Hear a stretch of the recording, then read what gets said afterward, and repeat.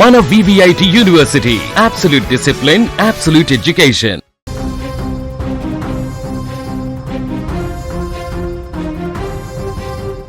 దాయాది దేశం పాకిస్తాన్లో ఘోర విషాదం చోటు చేసుకుంది. పాకిస్తాన్ ఆర్మీ ఏవియేషన్కు చెందిన MI-17 హెలికాప్టర్ ముజఫరాబాద్ సమీపంలో టేకాఫ్ అవుతున్న సమయంలో ఒక్కసారిగా కూలిపోయింది. సాంకేతిక లోపం కారణంగా కూలిపోయింది. హెలికాప్టర్లో ఉన్న సిబ్బంది అందరూ కూడా చనిపోయారు అక్కడికక్కడే. ఈ ఘటనలో ప్రాణాలతో ఎవరు కూడా బయటపడలేదని ఇంటర్ సర్వీసెస్ పబ్లిక్ రిలేషన్స్ను ఉటకాయిస్తూ పాకిస్తాన్ డాన్ పత్రిక వెల్లడించింది. హెలికాప్టర్లో 21 మంది సైనికులు ఉన్నట్లుగా తెలుస్తోంది. అందరూ కూడా చనిపోయినట్లుగా సమాచారం.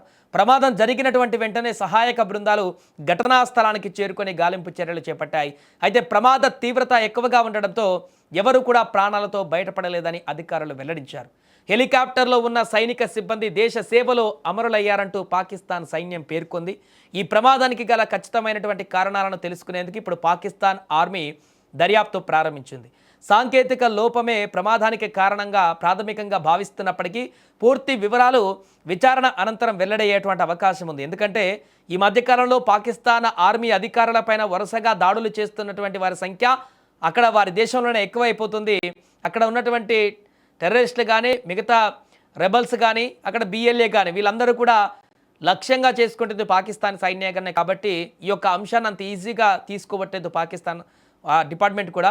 ఇది సాంకేతిక కారణాలతోనే ప్రమాదం జరిగిందా లేక ఇంకేమైనా కుట్ర కోణం ఉందా అనేటువంటి దాంట్లో కూడా దర్యాప్తు చేసేటువంటి అవకాశం ఉంది. బట్ ఆల్మోస్ట్ అయితే అక్కడ సాంకేతిక లోపం కారణంగానే హెలికాప్టర్లో ఉన్నటువంటి ఆ యొక్క విమానంలో ఉన్నటువంటి సమస్య కారణంగానే అది ప్రమాదం జరిగినట్టుగా తెలుస్తుంది. ముజఫరాబాద్ ప్రాంతంలో జరిగినటువంటి ఘటన పాకిస్తాన్ సైనిక వర్గాలలో ఇప్పుడు తీవ్ర విషాదాన్ని నింపింది. ఎందుకంటే వరుసగా ఈ మధ్యకాలంలో పాకిస్తాన్ సైనికులకి జరుగుతున్నటువంటి దాడులు, వారిపైన జరుగుతున్నటువంటి దాడులు వరుసగా చూస్తున్న వందల సంఖ్యలో పాకిస్తాన్ సైన్యం ఆర్మీ అక్కడ చనిపోతున్నటువంటి దృశ్యాలు మనకు కనిపిస్తున్నాయి. ఇప్పటికే అనేక ప్రాంతాల్లో ఖైబర్ పఖ్తూన్ఖ్వా కానీ, బలూచిస్తాన్లో కానీ పూర్తిగా వణికిపోతూ అక్కడ సైనికులు కాపలా కాస్తున్నటువంటి పరిస్థితి ఉంది.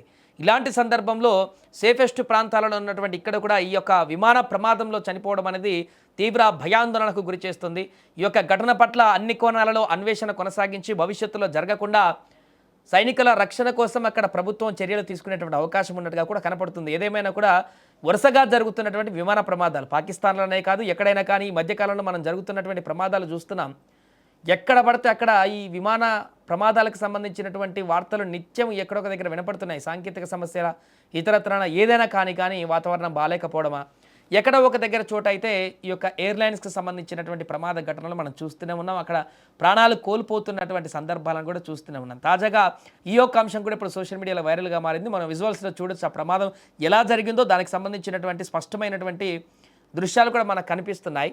సో అక్కడ కూలిపోయిన తర్వాత విమాన శకలాలు చూడండి ఎంత దారుణంగా పడిపోయాయో. ఒక్కటి కూడా అందులో ఉన్నటువంటి మనుషులు కనిపించలేనటువంటి స్థితిలో పూర్తిగా తునాతునకలైపోయినటువంటి, కాలిపోయి తునాతునకలైపోయినటువంటి దృశ్యాలు అక్కడ కొండపైన పడిపోయినటువంటి పరిస్థితి. ఆ తర్వాత పడిన తర్వాత కాలిపోయిన తర్వాత మిగిలినటువంటి అవశేషాలు ఇవి పూర్తిగా అక్కడ ఎవరు కూడా మనిషి రూపంలో లేనటువంటి విధంగా అక్కడ సైనికులందరూ కూడా కాలి బూడిదైనటువంటి సందర్భం అయితే కనిపించింది. ఘటన ప్రస్తుతం పాకిస్తాన్ మొత్తాన్ని కూడా సంచలనంగా మారింది. ఈ యొక్క ఘటన వైరల్గా మారుతుంది సోషల్ మీడియాలో. విమాన ప్రమాదాలకు సంబంధించి ఈ యొక్క ఘటన మరొకసారి అనుమానాలను లేకుంటే భయాందోళన కలిగించేటువంటి పరిస్థితికి దారితీసింది.